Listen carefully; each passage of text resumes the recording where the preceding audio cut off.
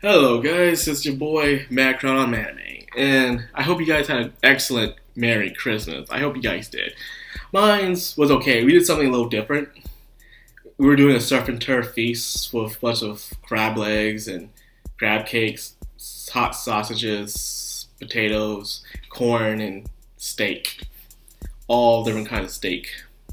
And delicious mac and cheese. So it was pretty good. I did enjoy it, the feast. I get used to it because I'm so used to eating turkey and ham and all that shit. But I'm like, this is a nice change of pace. It really was. But no, I'm not here about that. I'm here because I have officially finished reading Mushoku Tensei. I have read all the light novels. Web novels, And I've read up to date on side content and even the other chapters as well. So I'm here to give you my final thoughts. Now, when I first said this, I was only really halfway to Mushoku Tensei, where he just got his second wife and things were okay. I'm not spoiling much into it, okay? This won't be a really spoiler-like video because I really want you guys to read it. I know my last video didn't get much views for it, but, I don't care. My only wish is to at least get at least one person into reading it. I'm okay with that. That's the point of the must-reads and the must-watches, is to get at least one person to give this a try and see how they feel about it. That's all there is to it. That's all I really want to do really in the end. Besides reviews, one of the things I always want to do with this channel is recommend people stuff to read and watch and see whether or not they enjoy it or not. And if not, I'll just give them something else. Something I've always really wanted to do on the channel. So that's why I want to stay more dedicated to it and see where it goes from here. So why am I making a second video on Mushoku Tensei? I already recommended it to you guys, 7 people were probably watched the video, and that's okay for me. I would like for it to be more, but you get what you get.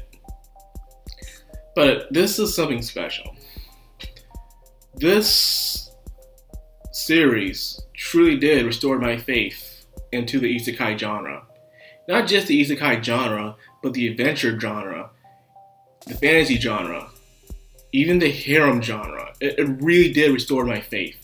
Much as I enjoy High School DxD and stuff like that, it's still okay. It mostly relies on, it gives you your fan service, but yet it gives you that good character development as well. But this was something truly special, in my opinion. People who have read this series through the web novels, not the manga, but the web novels, have said nothing but praise for this series, or how amazing it is. And that's something I really like. Wow, it just blows my mind. I never thought I would see a good isekai ever again. Overlord is okay. Re:Zero is pretty good as well. But this really takes it up a notch. It really does. Saga Time of Evil is also good, but it gets too political to the point like, oh my god, where is this going? Like, so much talking. But this right here is just... It's amazing. It's beautiful. People who have reviewed this gave it nothing but 8 through 10s for how amazing it was, and I'm just so happy to see that.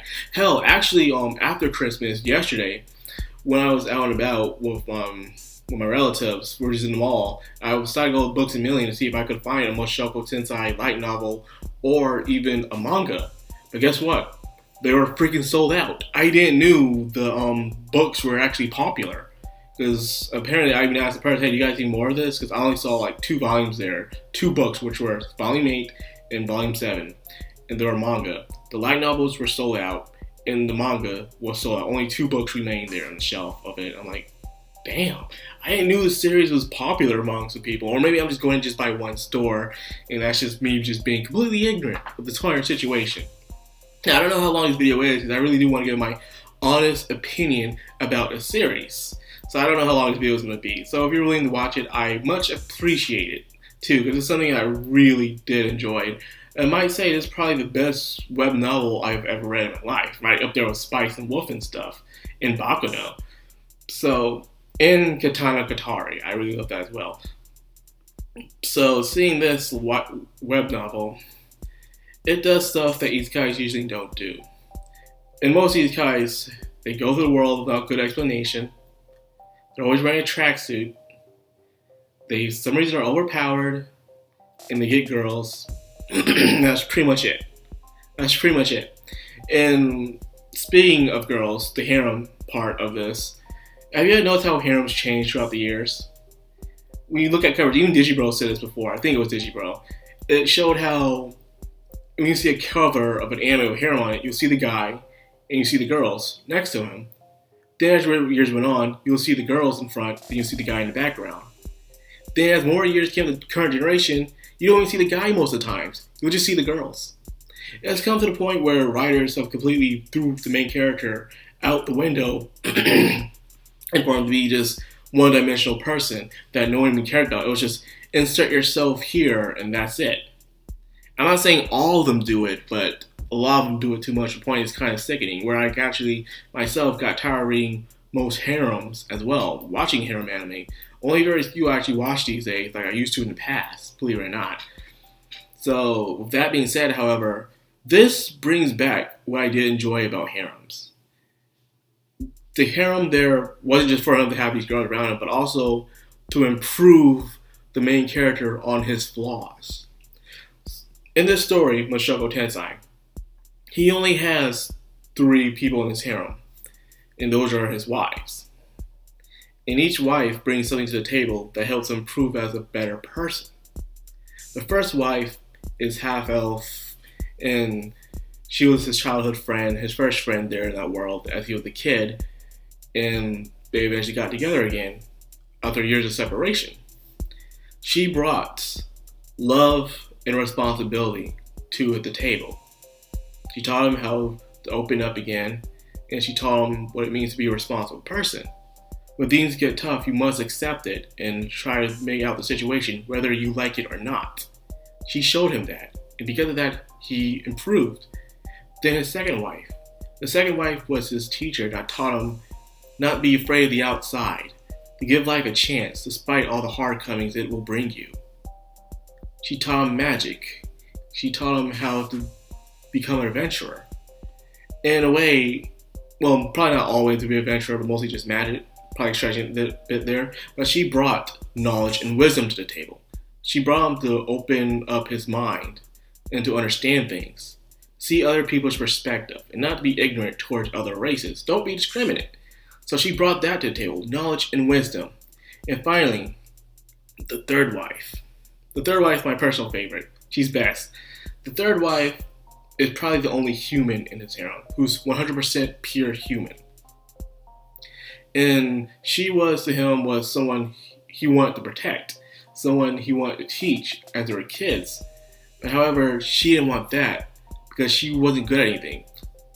Despite how she wasn't a very smart person.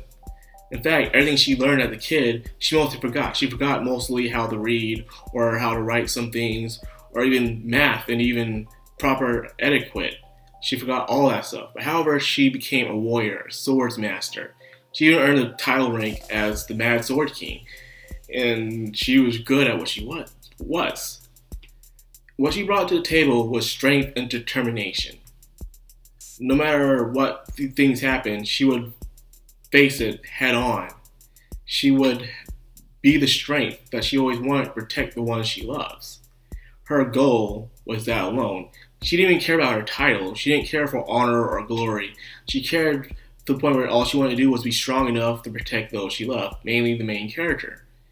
Because that's all she could offer to the table. Because she wasn't smart, she wasn't good at cooking, or she wasn't very feminine. Despite that, she brought something the main character had forgotten as well. Never run away from a problem, and face it head on, despite how difficult or scary it might be.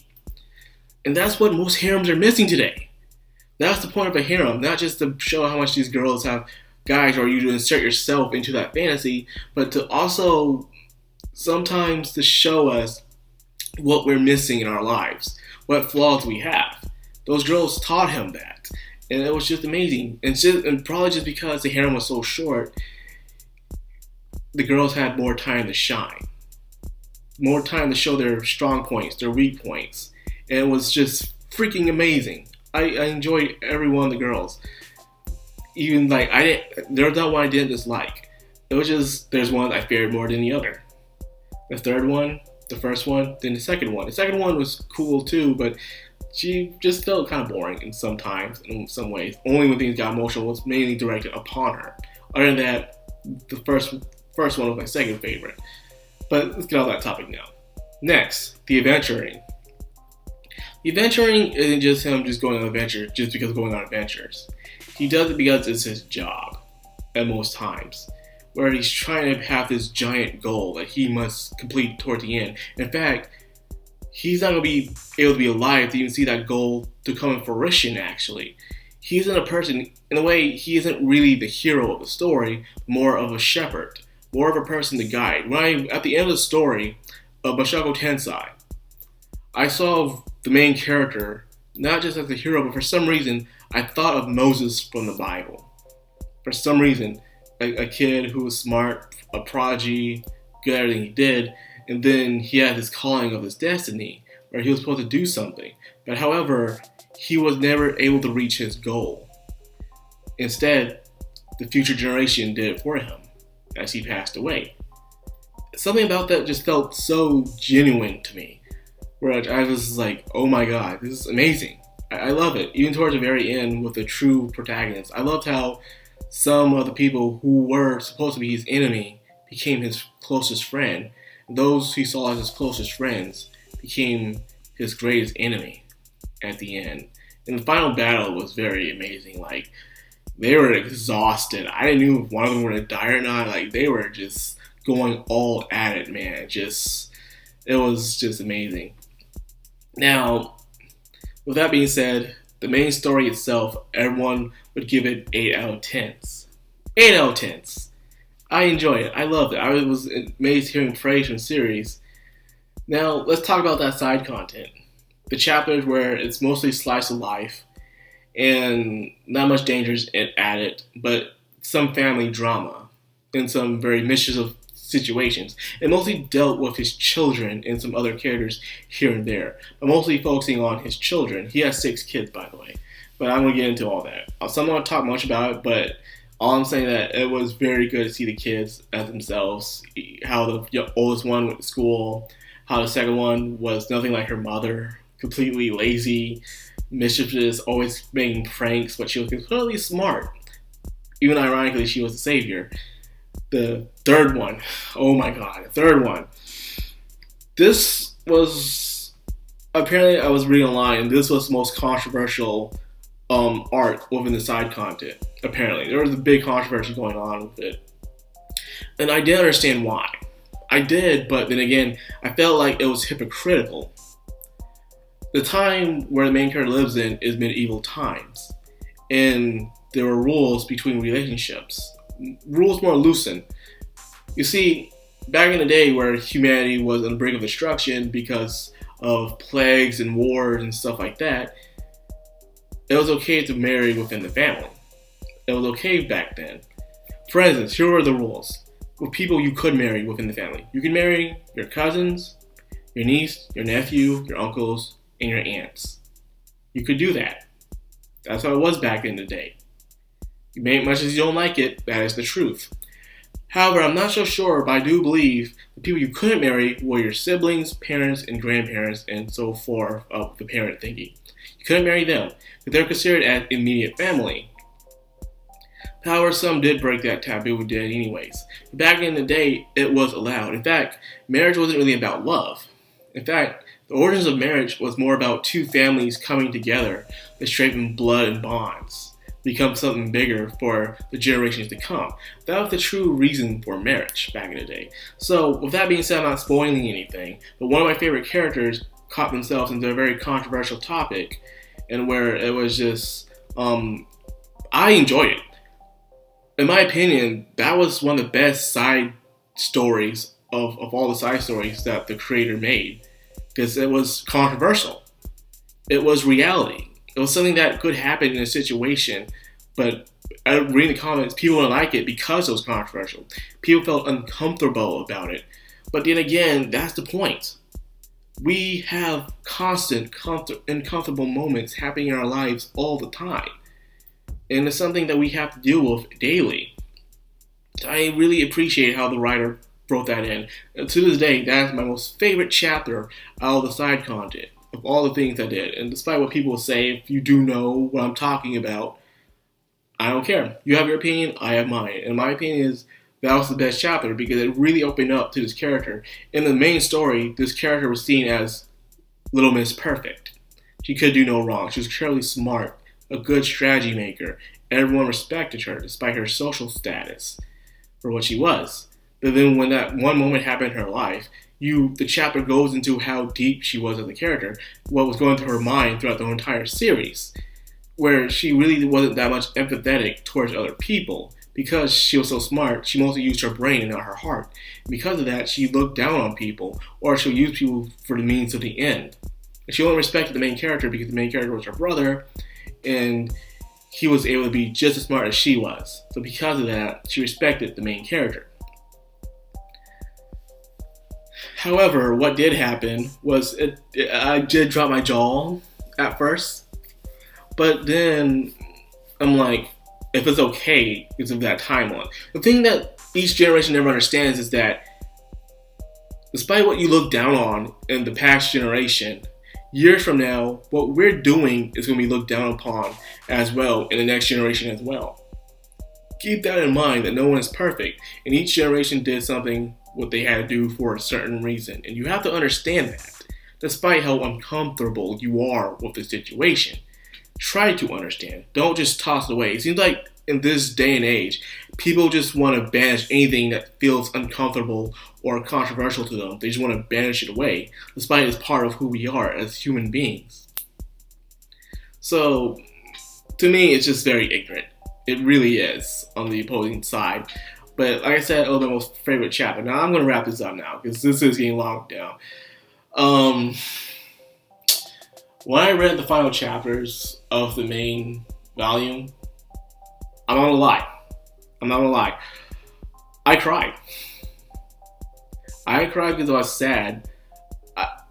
I was appreciative of the story. How the story went from this toddler to this very old man throughout his period, showing all the details in his life, including the side content with his children. And it showed him living the fulfilling life. Mushoku Tensei, despite everything you see in it, its main point is doing your all in life.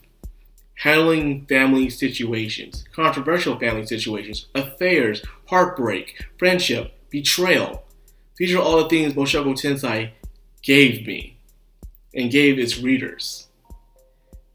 When you read this, it makes you, sometimes you forget that it's even an isekai. A lot of people who in the comment section said that. Like, I feel the same way. The same way with Overlord. Sometimes I felt like it wasn't an isekai sometimes because sometimes I felt like it didn't need to be an isekai. It was just an isekai just for the sake of being one. But this one here felt like it was an isekai for a good reason, but at the same time, it didn't feel like one for how well the story was told. So yes, Mushoku Tensei. These are my final thoughts. It was spectacular. It was amazing. Even with its parts, even with the slice of life content it would have in some volumes where it'll take a break from the adventure and go back to its everyday life, even that itself was good. So, what else can I say? This series is truly remarkable. I enjoyed it. I loved it. I'll never forget it. But because of this, I'm afraid. I'm afraid what happens if it becomes the anime. How well will they adapt this? How much of this are they willing to adapt if they do it? And by what studio? Will it be an old studio or will it be a new one that's coming to rise up? Something like the Saga of Time of the Evil, where a new studio took it and invested all the way into it. They did an okay job with that, I guess. But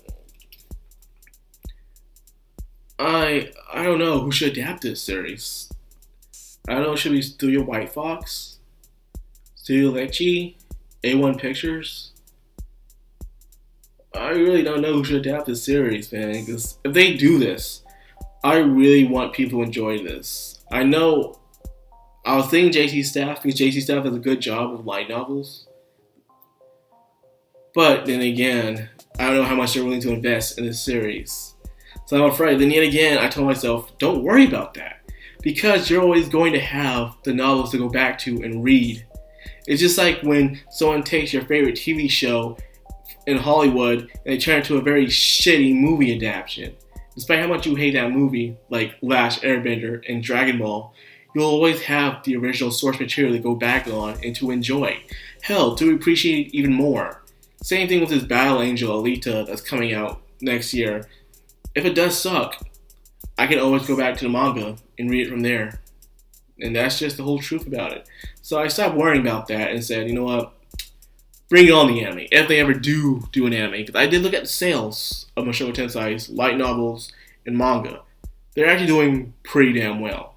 So when it will become an anime series, I believe in 2020. Is when I believe it will become one. 2020, I guarantee it. Probably.